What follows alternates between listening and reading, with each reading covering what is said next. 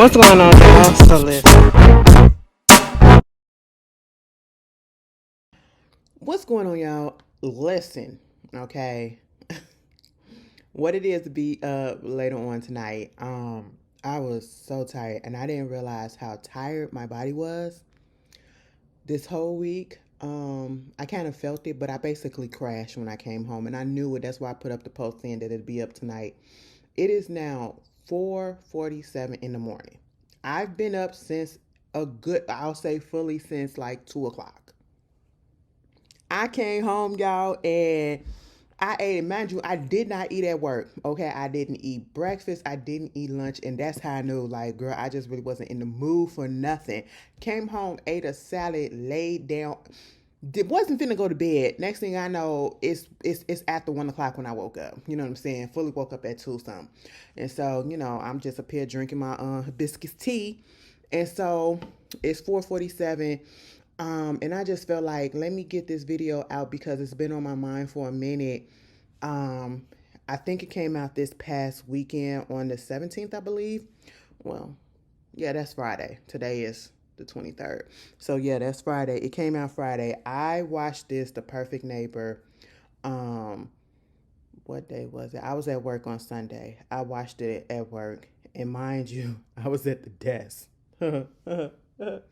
And it was before we opened, but because I had an hour or so before we opened, and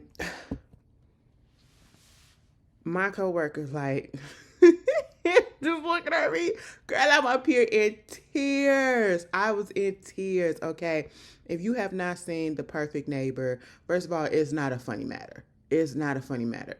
This is a situation. I seen the preview for it, and I just was not expecting to get all of the footage that we had. And I guess this is one of those situations where it's good that the, you know, um, body cam for the police officer actually came into play because it just gives more of a broader aspect of exactly what was going on, the perception of what was going on. And basically, what wound up happening was this is the case of, I know they call her AJ, but I don't want to butcher her name, Ajike um, Owens, okay, down in Florida. June 2nd, 2023, she wound up getting, murdered by her neighbor, Susan Lawrence, okay, older woman. AJ was probably in her mid 30s or early 30s. She had 4 children, and AJ was black, Susan was white, and we have to differentiate that.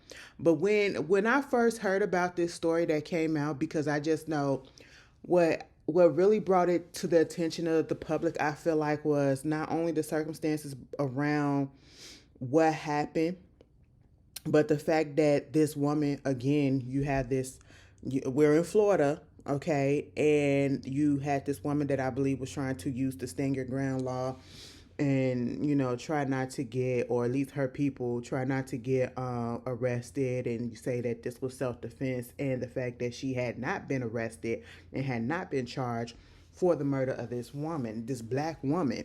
And I felt it was messed up.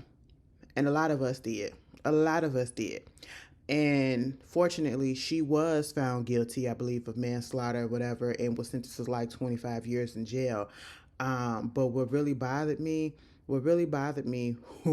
when I seen the preview for, well, when I actually saw the body cam footage and everything that led up to it, this incensed me so bad. This pissed me off so bad. And I just felt like the cops could have did more. The cops could have, they did some stuff, but I feel like they could have did more. Okay. Basically, when you watch it, first of all, please have your tissues. If you haven't watched it, it's on Netflix. It's called The Perfect Neighbor again. And you have the body, it's literally a documentary. It's like an hour, 30 some minute documentary from beginning to end. And when we first see AJ, we are encountered with the police coming over to talk to her because Susan has called the cops on her because the kids was playing over there. You know what I'm saying? Now let me tell you something. I had no listen. I would rather the children be outside playing. You are in a neighborhood full of kids. Okay, I just feel like at a certain point you should just get used to it, especially when the summer comes. And I get it. I get it. Sometimes, we want a little peace and quiet. We don't want all that noise. But again, you are in a neighborhood full of kids. And I would rather have the kids playing outside in that neighborhood, and being safe on that block and feeling like it's okay to be out there than to be hauled up in the house, always on the video game, scrolling on their phone or whatever. They're actually outside being active and being kids. And it was very reminiscent how a lot of us, older millennials, we grew up outside. Okay, we were not always on the game systems because we probably had our little Sega Genesis or Nintendos and all of that stuff or whatever. But we still were outside. We were very much active outside because I shit, bitch. I know I was.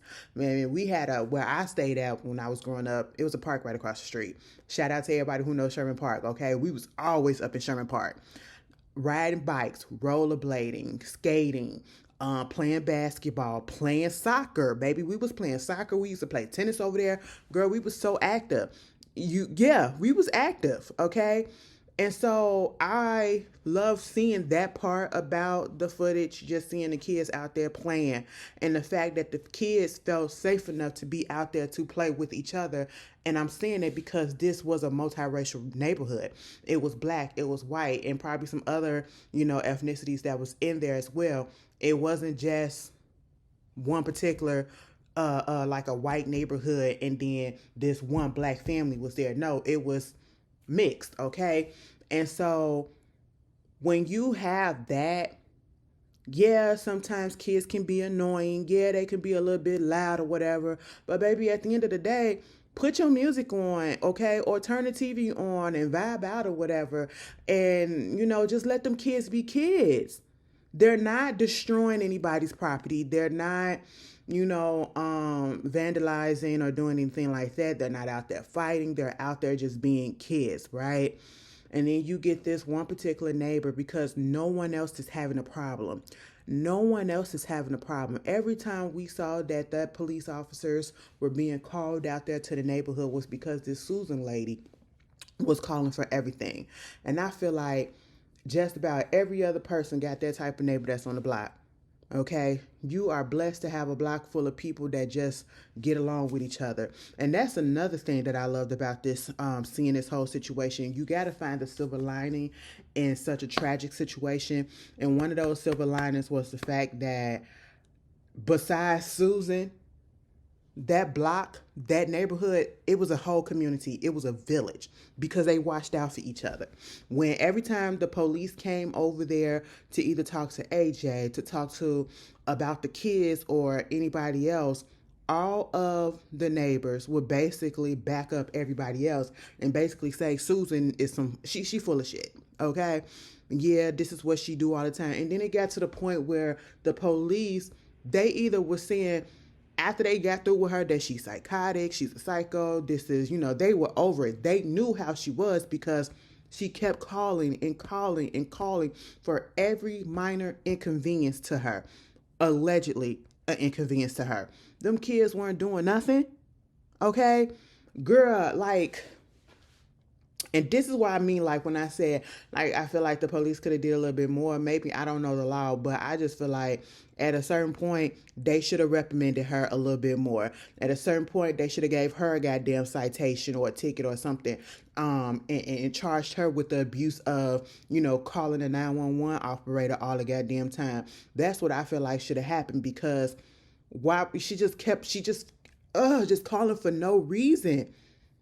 Calling for no reason. Oh, she threw a sign at me. And then the neighbor saying she ain't throw shit at you. Okay, yeah, she threw the sign back. But if it hit you, it hit you. But she wasn't throwing it at you. The kid's just playing in the lot. Okay, well, that's not your yard. That's not your lot. So what are you talking about? All of this stuff, and shout out to the black officer at the very beginning who was trying to, she was. It was a sister girl moment. Like, yeah, girl, I get it. I understand. She was the only one, okay? But the other officers, they knew. They knew. They were tired of it. But then it gets to a point where you see all of this going on. Like, you have to be such a miserable person to find an issue in everything. I mean, just everything. And then to lie. And it was racially motivated because once she got arrested, they called her out about her using the N-word. She was using the N-word and then gonna try to say, well, if it happened, my bad or whatever. But when I grew up, I was taught that mean dirty, that mean this and that mean that. I'm like, girl, get the fuck. You're 50 plus years old. Stop it. You know exactly what you're doing and you know exactly why you were saying it and you know exactly what that word means, especially in the context of what you was using it for. You know what it means. Stop playing. And girl, it was just really irritating. You know, and then it gets to the point where after all of those different instances where different police officers were coming down to that community, talking to everyone, and everyone is basically saying the same thing. We don't have a problem with each other. She got a problem with us and the kids, And so the tension is building up. The tension is building up until this night of June 2nd, when she actually shot this lady. And honestly, I feel like it was premeditated. So the kids was playing outside. I think somebody left some roller skates out there. She had an issue with that. Okay. Somehow she got a hold of one of the kids' iPads. They was going over there trying to get the iPad, told the mama, let me go over there, get the iPad. She come knocking on the door trying to get the kid iPad or something like that. And next thing you know, pop, we heard 2 shots. She wound up shooting old girl. And the way that the bullet went, I think it went like in her shoulder or something. And then it came out, because y'all know, depending on where's that, if it was especially on, I believe the left side or whatever, girl, you hit an artery and that's how you bleed out and you die. Okay, and that's basically what happened to AJ. And it really disturbed my spirit when you find out the 911 call when she called and basically said somebody like she appeared, she trying to kill me, she trying to do this or whatever. And they said, well, hold on, we're sending some officers out there, don't do nothing, don't go outside your house. And then, next thing you know, AJ is gone. When they arrested her and then they finally get down to the investigation and it finds out that when she called the first time that we hear and they told her, well, just sit up in your house, don't do nothing, lock the doors and all that stuff, stay away from the windows. Less than 2 minutes later, she had called again, basically saying that, AJ got shot. Truthfully, and that's what messed her up because you couldn't follow the instructions of the police officers. You didn't have to pull out a weapon or anything because you were not in fear of your life. And I'm so glad either it was the police officer or it was the judge who said when they were sentencing, you didn't shoot this woman out of fear like you kept on claiming, because that's what they always say. I was scared for my life.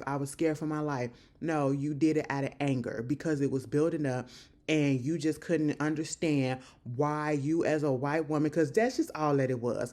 You as a white woman couldn't get nothing happening to this black woman. You couldn't get her locked up. You couldn't get her disciplined or anything like that. The people was not on your side. The people didn't like your ass. And so therefore, bitch, let me take it into my own hands. I really feel like when she called her that first time, she had already shot that lady. I really feel like that. And then she called the second time to make it seem like, no, that's when it happened or whatever. Like she had already planned on shooting that lady. I just feel like that's what was going on. And it was very, very sickening. Very sickening. When I tell you, like, you look at the first half of the movie before AJ gets shot, right? You're looking and your blood is boiling because it's just like, you're escalating in the level of festivity that you're getting, because that's how I was going through it. I was just looking, and I was looking. I was like, girl, what? 14 minutes into the movie, or into the documentary, I was incensed. I was so pissed. And I was like, I can't get any more pissed than this. Oh, yes, you can. It went to 1,000. But then once the actual crime happened,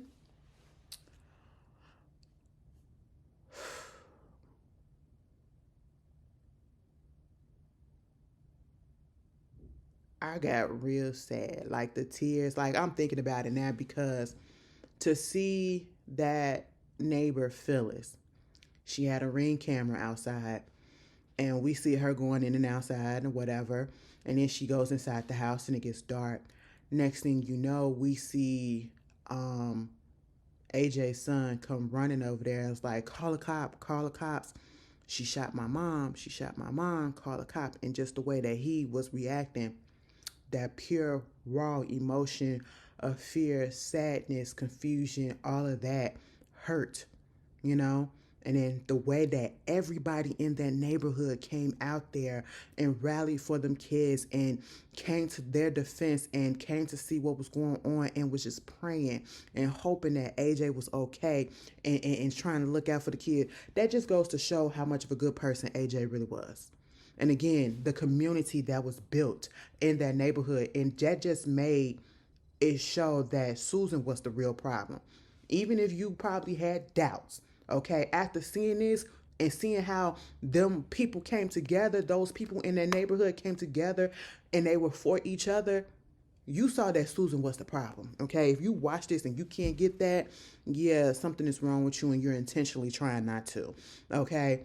But that scene, and then when the ex-husband comes up, they had to hold, oh my God.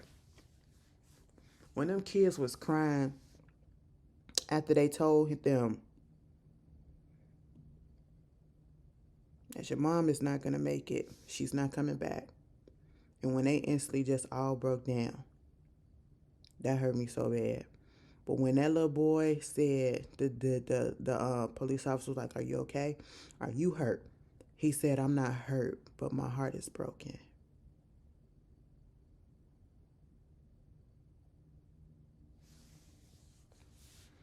Y'all, that shit broke me so bad. I'm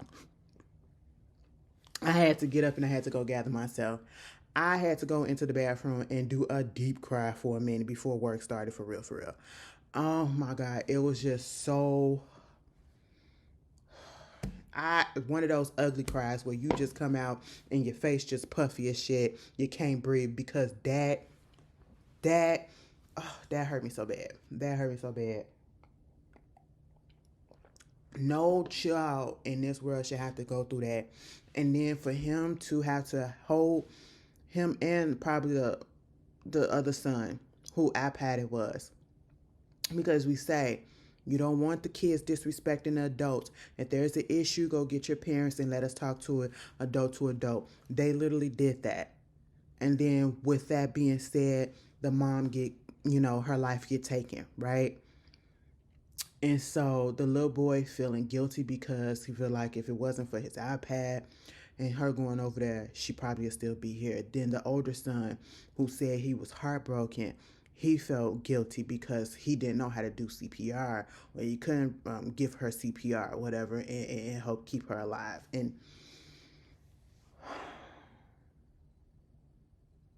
I just hope and pray that they put them kids in therapy. Shout out to AJ mom, Miss Pam. Shout out to Phyllis. Okay, the neighbor, the white neighbor. Yes, mama was on his shit, bitch. Mama came through when them police, when they had arrested that lady. Well, actually, they didn't even arrest her at the beginning. Okay, they just put her in the goddamn car, sent her down there to the police station, had her in the interrogation room, right? And was trying to tell her what was going on, and she was trying to give her account of what happened, and then eventually told her that AJ died, and she was like, trying to make it seem like she gave a damn. Baby, she felt that way because she knew that there was a possibility that she might be arrested and go to jail.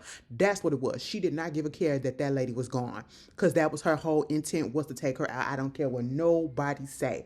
But when they let her go that night, they didn't charge her with anything at all. anything at all. And they let her go back to that neighborhood and to get her stuff out that house or whatever, and her family was with her. They had the nerve to feel some type of way about how the house was, the stuff was thrown around. And then you get the little nephew or whatever. He like, guns are bad. We don't. I said, well, you need to tell your auntie that. You need to tell Aunt Susie that, okay? That's what you need to do. But, bitch, Phyllis was out there cussing them motherfuckers out, okay? And I said, I know that's right, Phyllis. Phyllis was not playing. She got in them cops' ass, okay? And I was like, that lady took away the mother to 4 children. And y'all ain't arresting her? Y'all ain't arresting her for what? Okay? And there's no urgency. It's like you don't give a good goddamn that this woman is gone. And these 4 kids are left motherless at this point. You don't give a good goddamn, bitch. And you just letting this hoe walk around. I said, Phyllis, you better go off. And when they was doing them protests and stuff like that, and they was doing a press conference with the police chief or whatever, and when that lady said right there to him, they said, we're in the process of investigating to see if we can arrest her or whatever. And they was like, well, why she ain't arrested now? Because I guaranteed you, if it was one of us, meaning a black person, y'all would have been had us arrested during the so-called investigation. And what she said was 100% correct. And they in Florida. So you know damn well that was 100% correct what she was saying. And he knew it too, bitch. And, we're doing the investigation. What you need to investigate, bitch? The bitch shot her. She did the shit on purpose. And then when they finally went on ahead and after they did their investigation and realized that, yeah, we could charge this bitch for manslaughter. Truth be told, she should have been charged with first degree, but I guess that's not the law. Okay? It ain't going about what I want. That's what the law, I guess, first degree, manslaughter or whatever. And so when she was in the interrogation room, and then when they gave her that paper to write something down, if she wanted to write a message or whatever to the sons and all that, to her kids, I said, what the fuck you doing? What we do this at? And it was like, this is something that we do with all of the police officer said, this is what I do with all the people that he interrogates and all that stuff. I was like, yeah, whatever. And at one point, I really thought that she wasn't going to do nothing. I really thought that she was going to sit there and just sit there. Okay, but eventually, after a minute or so, she went on ahead, picked that paper up, and she started writing.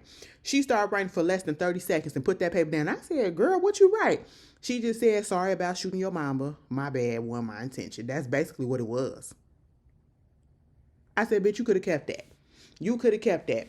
And when they start putting out the facts in the timeline, the facts, the receipts, timeline, they put all of that shit out there, bitch. She was up there trying to, make it seem like she didn't really do nothing or she didn't know and all this stuff. And it was like, no, girl, you knew what the fuck you was doing. And then when they was going ahead and say, we finna book you, okay, she was like, no, I'm not going anywhere. I'm not going anywhere. I said, bitch, how you gonna tell the cops that you're not going nowhere? I said, yank this hoe up out that goddamn chair, because if it would have been us, you would have yanked us up out of there, bitch. Okay, manhandled the fuck out of us. But eventually, she went on ahead and got up. They put her in there, but see, the part that got me was when they showed the trial and her sentencing. Hibiscus tea, organic, no sugar, pure, okay. Squirted some lemon juice in it, okay. Swirl that shit around. So good, so good. It's healthy for you too. If you have blood pressure problem as well, because I learned this is probably, I'm like, I just want to stay intact. You know what I'm saying? So this is a tip. If you got blood pressure problems or whatever, you don't want to do, talk to your doctor first too. But this can also help, with lowering your blood pressure if you got that going on. I really take it because, I do retain water. And so it's a diuretic too. It eliminates a little bit of the water off of my body as well. So just in case, I just want y'all to know that. Because I'm in this trying to get my shit together. See, y'all remember this. This is bigger than it used to be. And it used to be big. And it's bigger on me now. So that's a plus. But anyway, back to it. When they gave that lady the sentence and they said 25 years or some shit like that, the way, first of all, she came in and I was like, damn, bitch, you look a little small. You look a little small. Okay, you was up in there and they weren't eating or nothing. That's fine. But girl, she came up in there looking all downtrodden or whatever. But then when they said that you was going to jail for 25 years or some shit like that, the way that she did this is her reaction. we're going to sentence you to 25 years. She was like, and then got up. It was one of those, oh well, type of situations. I was just like, bitch. That moment right there really pissed me off. Okay, that moment really pissed me off. Girl, I wanted to punch the screen when she did that. I said, you out your ever loving man, girl, right. That's just basically what's gonna happen.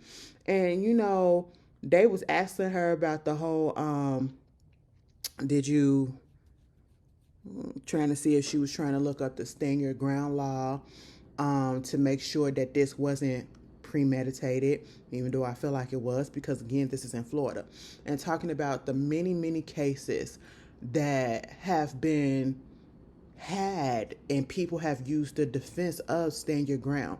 And I feel like you can't, and that's what people are saying, you can't use stand your ground on this when you are inside your home and you're shooting outside. Nobody was coming inside your home, and she was just lying and exaggerating about how many times that lady was knocking on her door and how hard she was knocking on the door. And it just goes to show again, whether you have a disgruntled neighbor or not, we can't sit here and say that race does not play a part in this, because one, they already said that she said the N-word, and we already knew that she was doing that, and we knew exactly why she was doing all the stuff that she was doing.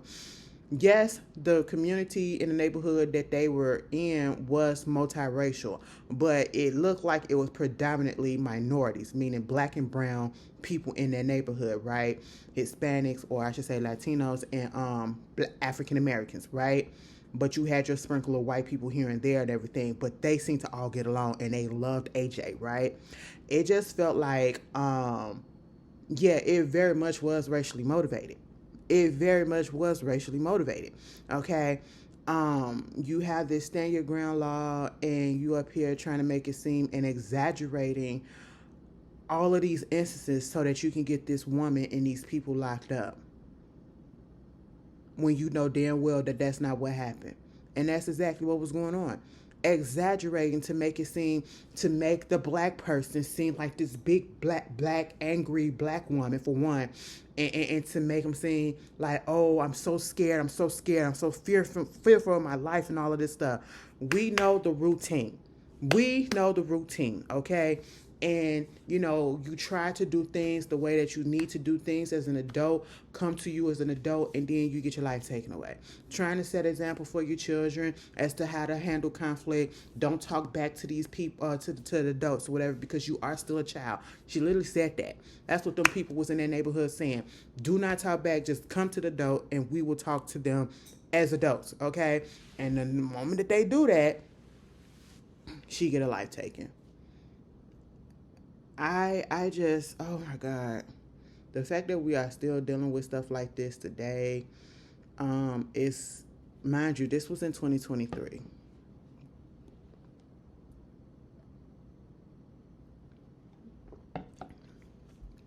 It's not gonna stop. It's not gonna stop. And that's the unfortunate thing about it. We see how the world is now. We see how our country is being led, and the uprise of all of this mess. It's just really ridiculous. It's sad, and it's scary times that we are living in. I just pray for everybody. I really do. I pray for every single person, regardless, because this is a lot. I pray for them kids. I hope that they are doing good. I hope that I'm pretty sure Miss Pam got them kids in therapy and everything, because they're going to need it. Beautiful children. Oh my God, when they was at the funeral, oh, I was just like, no, I can't do this. I can't do this. I feel so bad. I do.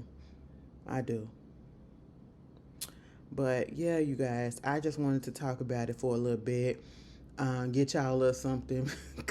Because I didn't put the what it is up yet. But yeah, you guys tell me how you felt about it. If you want to watch it, like I said, it's on Netflix. It's called The Perfect Stranger. Oh, no. The Perfect Neighbor.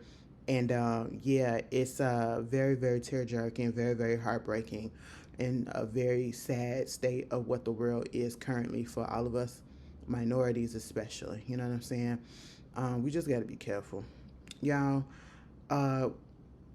put your comments down at the bottom. Tell me how you feel. If you remember this case, If you know any other further details about it, put it in the comments. Let's talk, let's discuss, let's respect each other. And I hope you guys have a wonderful day, and I'll see you guys later. Peace.